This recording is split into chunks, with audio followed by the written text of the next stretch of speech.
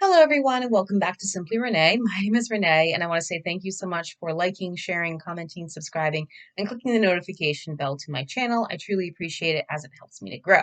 For the last couple of weeks, I've been doing some random chat videos here for Wednesdays on my channel and a little bit of financial advice from my own perspective. But I wanted to go back a little bit to films. If you recall earlier this year, and I'll leave a link in the description, I did a video called Why I Am a Film Buff, and I just went over an explanation about why that is. And it's because I generally enjoy movies. I like different kinds of genres, different kinds of movies from different eras, outside the US, in the US. And I just like movies in general and always want to give a little bit of them a try. And because of that, I have a very large collection. And so I wanted to get back to that for a moment because today I'm going to talk a little bit about the Criterion Collection, specifically Criterion Closet Picks. For those of you who are familiar with the Criterion Collection and the Criterion channel, they have a special segment called Criterion Closet Picks, where they take celebrities, actors, writers, producers, directors, and more to go into the Criterion Closet and pick out the films they like the most and talk a little bit about it. And so I decided to do my own here with 10 films that I chose, and I'm going to go into a little explanation about why I chose these 10 films if I had the opportunity to go into the Criterion Closet pick myself. But before I begin, I just want to let everyone know I will be revealing some plot details, therefore some spoilers are ahead, and I'll use some alternative words and phrases just because of YouTube rules and regulations. Rashomon. This 1950 film from Japan was directed by the legendary Akira Kurosawa and is one that I would choose in the closet pick because I just really like this film. It's always within my top 20, even top 10 films of all time. I haven't done an exact list, but I will at some point. But this is one that I would pick because I just really like and enjoy it. I love the way it's directed, how it's written, how it's acted, the innovative cinematography and storytelling of the time, but also it created what is called the Rashomon effect, which is the unreliability of a witness. Because the way this film is told is that it's dealing with the perspectives of four people that tell different accounts of what happened in a horrific crime in feudal Japan. And so the director goes through all these different types of accounts to give the audience perspective on all four of these different accounts so they can decide for themselves which one is the truth or not. And I love how this is directed and how it's done. It goes into great camera movements back and forth in flashback mode as it tells all these different accounts. I especially like the scene with the psychic medium who's trying to channel the victim and give their account of what happened, and how it's shot is very beautifully because it's all this wind and the way it's moved and the cameras and everything. It's really well done. And what I really like about Rashomon, though, is that it's just a great film. It keeps you engaged, it keeps you entertained, and you can really gain this perspective and come away with something and ask yourself, what is the status of truth and what is about the reliability of witnesses or the unreliability of witnesses? So it gives a lot of interesting things to discuss and think about once the entire credits roll. So Rashomon is one that I would pick. Tokyo Story. This 1953 film from Japan was directed by Yasujiro Uzo, and it's a really good film that's very dramatic, well acted, and well directed. It takes place in post World War II Tokyo, where an aging couple decide to visit their grown children in the city, only to discover that the grown children don't really have time for them. The only person that is making time is their widowed daughter in law, who's still grappling with the loss of her husband from years ago. And as the film goes on, they end up really discovering about family dynamics, grief, loss, the struggle to have connections, and how the aging couple may have to resign to their solitude at some point because unfortunately their children are just too busy with life to really make time and have connections and even have a chat. But what I like about this film is that it is still very relatable. I have parents that are getting up there in years, and even though I see them on a regular basis, I often feel too busy where I don't have enough time for them as I should. And I have other relatives who are getting a little bit older, and and it's really becoming harder for me to really connect with them and spend time with them and vice versa because we all have our own lives and we're just so busy with a lot of things, and it can catch up to us very quick. But what I really love about this film is how it's directed and how it's written, the way the camera movements work, how it's acted, where you feel the emotions come out through all the characters that come there, especially the tears, the happiness, the sadness, the feelings that they come through, especially emotional vulnerability. So this is one that I would pick from the Criterion Closet Picks because I just think it's a really great film and it's often considered the director's magnum opus. Make Way for Tomorrow. This 1937 film, directed by Leo McCarey, is often considered an unsung Hollywood masterpiece for good reason because it is a great film that's very well directed, well written, and well acted, highly praised in its day, but didn't really get the notice and attention that it deserved at that time, and it only becomes a little bit more noticeable now, even after more than 80 years, which I'm glad about because we get to really enjoy and relate to this film. And what's interesting about this film is that it is very much similar to Tokyo Story in a lot of ways, in which Make Way for Tomorrow is about an aging couple who are now coming to rely on their grown children more than ever. In the case of Make Way for Tomorrow, this aging couple has been affected by the after effects of the Great Depression and now have to rely on their grown children who are also struggling financially but do have some selfishness about them. And unfortunately, that does have an effect on this aging couple because they have three children. One lives far away but can only take one of them. But the two that live closest to each other can take them, but they can only take one parent and the other can only take one parent. So there is a little bit of a separation in regards to that. But the couple still sees each other quite frequently. And as the story goes on, it becomes even more heartbreaking for a lot of different reasons. And when it gets to that final scene, it hits you really in the gut at just how devastating this whole situation is and how you wish there could be more and the regrets that so many people have in this film about it. And it's really a great film. And you got to get the tissues handy for this, of course, just as you would Tokyo Story, because it is a heartbreaking film just as much as Tokyo Story is as well. So these are tear-jerking films all around. So get the tissues handy because these are ones I would pick from the closet picks, but I'd also have to have a lot of tissues with me. A Raisin in the Sun. This is a 1961 film that's adapted from the play that was written by Lorraine Hansberry and is directed by Daniel Petrie. And it's an excellent one because of the wonderful performance and the way it's acted and filmed. Here you have Sidney Poitier and Ruby Dee playing the main couple of the entire film, who also were the original stars in the same roles when it performed on Broadway several years before. And it's great to have these very talented actors reprising the roles they originated on the stage. But what's great about A Raisin in the Sun is that it tells the story of a Black family in Chicago who are living their lives as best they can, but they do want more out of life than ever before.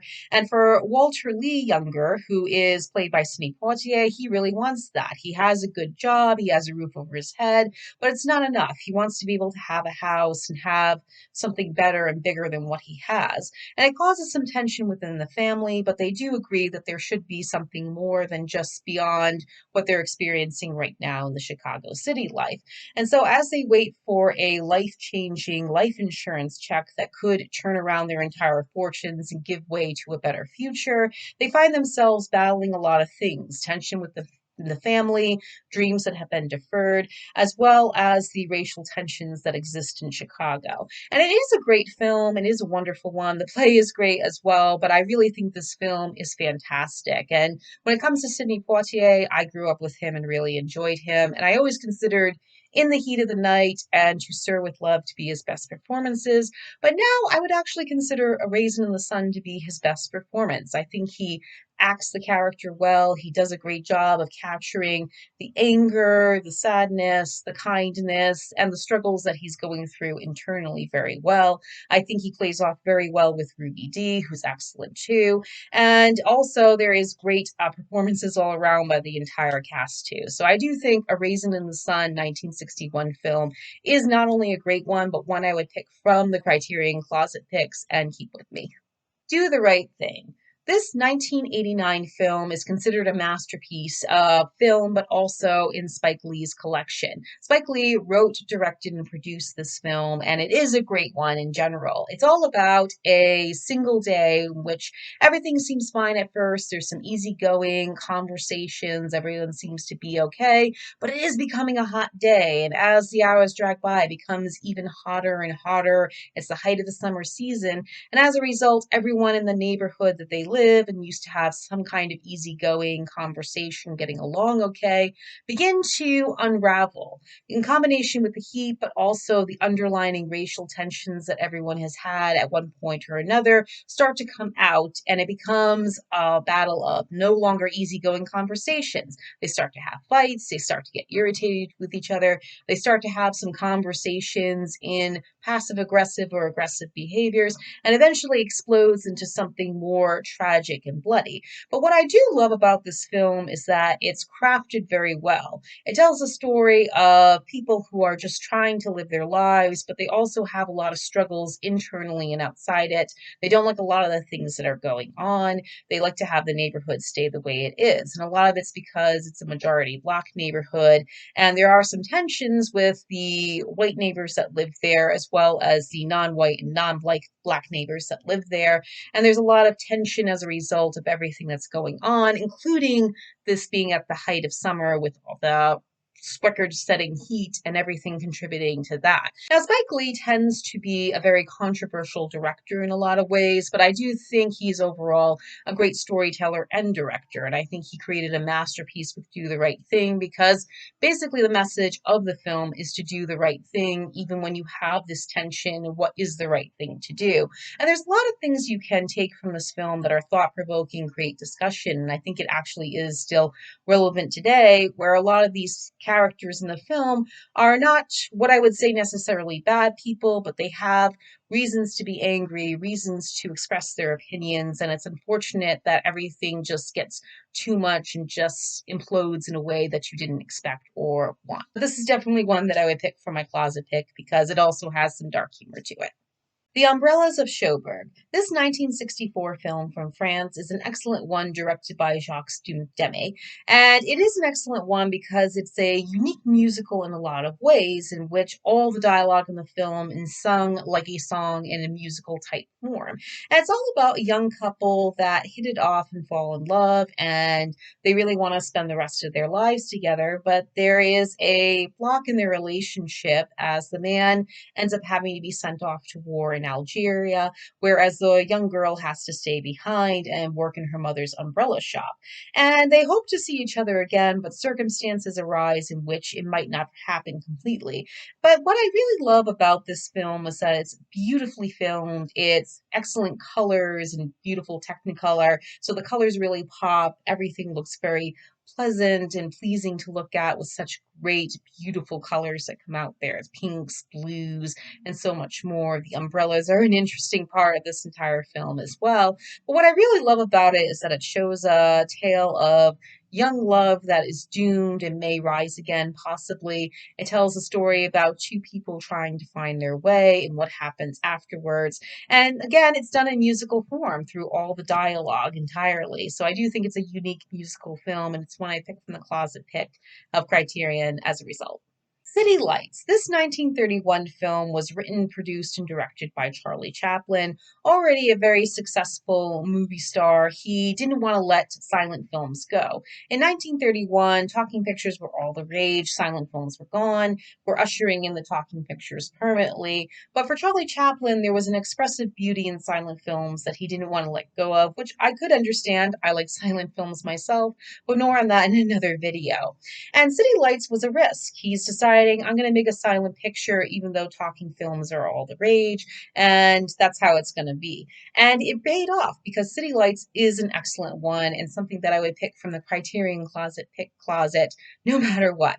And the reason for that is because it's an excellent, beautifully directed love story in its own way about a lovable vagrant who is mistaken for a millionaire by a blind girl who's selling flowers. He immediately falls in love with her and genuinely wants to help this girl be be able to regain her sight. And so he goes through a process of really trying to do everything he can to raise the funds so she can get that operation so she can hopefully regain her sight. And what results is a final scene, which I won't reveal too much here, but is beautifully shot. And it's beautifully shot and well acted and well done with all this expression in the face and the eyes and the mouth and everything between Charlie Chaplin and the blind girl, because it's just so magical, moving, and it really gets me in the gut each time because it's such a beautifully filmed one with so much said in just a small amount of time. And I can't really say too much about what leads to that because there is a reason why it leads to such an emotional scene at the final one, but it always gets me right here in the gut, and this is something that I really love here in the heart too. So City Lights is one I would take from the Criterion Closet pick because it means that much. Parasite. This 2019 film from South Korea is an excellent psychological thriller about two families that become entwined with each other despite class inequality. It's about a poor family and a wealthy family, and the poor family uses various different means of manipulation and other circumstances to entwine themselves with the wealthy family. Partly so they can get a little bit more money for themselves, but also so they can integrate themselves and live a little bit of luxury in their own way. But what I love about this film is that all of them are not necessarily bad people, but they are doing things they shouldn't be doing. And what's interesting about Parasite is that it has a lot of twists and turns to it. It's wonderfully shot in how it creates those twists and turns and those unexpected circumstances, leading to a lot of tensions also happening when the poor family has to grapple with the fact that class inequality is real, as is capitalism, and circumstances not really coming about the way they expected. But it is an excellent psychological thriller for those twists and turns that come about in the film. And the ending leaves you wondering what actually could happen. Would they be able to make it? Would there be able to be something better along the way? So it is an excellent film from start to finish. It's wonderfully shot, wonderfully acted. It has, again, those unexpected twists and turns that really shocked me when I first saw it and watched it. And it is just excellent and well done, especially with the camera works and how the music coincides and syncs with all these camera works and the story the director is trying to tell. So I do recommend Parasite, of course, but I also would say this is something I pick from the Criterion Closet pick for myself. Double Indemnity. This 1944 film is an excellent film noir to end all film noirs, at least in my opinion. And it is an excellent one because I'm a big film noir lover, and this is something I would pick from the Criterion Closet pick because I think it's just excellent and one that I still regard with high esteem even after all these years. And that's because it is great performances by Barbara Stanwyck, Fred McMurray, and Edward G. Robinson in a supporting role. It's greatly directed by Billy Wilder, who also co-wrote the screenplay. And it's all about an insurance salesman who finds himself entwined with a dissatisfied housewife who wants her husband gone. And so it creates all this different types of film noir, psychological thriller, crime, mystery type aspects of the film. And it is a great one from start to finish. Everything from the opening scene with the person on the crutches, everything from the camera movements to the way it's filmed to how it's acted and how everything goes about till it all completely falls apart. And all the captures of the emotions, especially Barbara Stanwyck, when there is one particular scene involving a car with Fred McMurray and her husband that really captures you completely in a way that really just says a lot about her acting ability and why she was such a highly regarded and respected actress in her day.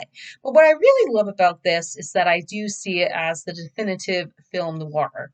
And the reason for that is because I think it was that way of really trying to capture everything that would come after in film noir. The femme fatale, the lighting, the blind movement with the face, the direction, and the tension build as the music goes in sync with everything. So I do think this is an excellent film overall. If you're a film noir lover, you'll have to watch this one. And even if you're not, it's still a great film, but it's definitely one I picked from the Criterion Closet pick. I needed to put at least one comedy film here, and that goes to The Lady Eve. And this is my final one here for this video. And this was premiered in 1941 and is written and directed by Preston Sturges, starring Barbara Stanwyck and Henry Fonda. And this is a very excellent comedy film because I really just love everything about it. And Barbara Stanwyck truly steals the show. She is funny and charming and enlightening and just really great and dazzling in this entire film because she plays a con woman whose target is a snake researcher who's heir to a wealthy fortune. And because she's a con woman, she wants to be able to take the fortune or fleece him for all that she can. But she ends up falling in love with him unexpectedly. However, things happen where she has to play different identities and go through a sort of revenge with this person when things fall apart. And as a result, it creates a lot of comedy mishap and screwball comedy along the way with a little bit of romance. But I absolutely love this one too because it is very much a romantic comedy drama where Stanwyck is really at the height of her comedic performances. She didn't do a lot of them, especially in her early career, but this one is the one that she really gets the comedy timing correctly and is very sophisticated in doing so. She also does great comedic timing in Ball of Fire, but Lady Eve is really where it's at for her, at least in my opinion, because I do think this is her most glamorous, sophisticated comedic role, at least in her peak of her career and her early days as she went forward. So I definitely do recommend the Lady Eve, but I also do think this is one that I would take from the Criterion Closet pick because I do find this to be a charming comedy film with bits of romance and a little bit of drama as well. And this concludes the 10 films that I would pick from the Criterion Closet pick. Now, tell me what you think. Have you gone through the Criterion Collection? Do you agree with me or not agree with me about these films? If you have the opportunity to be in the Criterion Closet pick, which ones would you choose? Let me know in the comments below. I welcome all discussions as always. I thank you so much for tuning in. I'll be back on Friday with a food video, on Sunday with a Sunday Reads video, next Monday with a random video, and also some different shorts throughout the week. I've been a little bit slow on that, unfortunately, but I'm trying to get the ball rolling with that. I thank you so much for tuning in. Please be sure to like, share, comment, subscribe, and click the notification bell on my channel. I'll see you next time. Bye.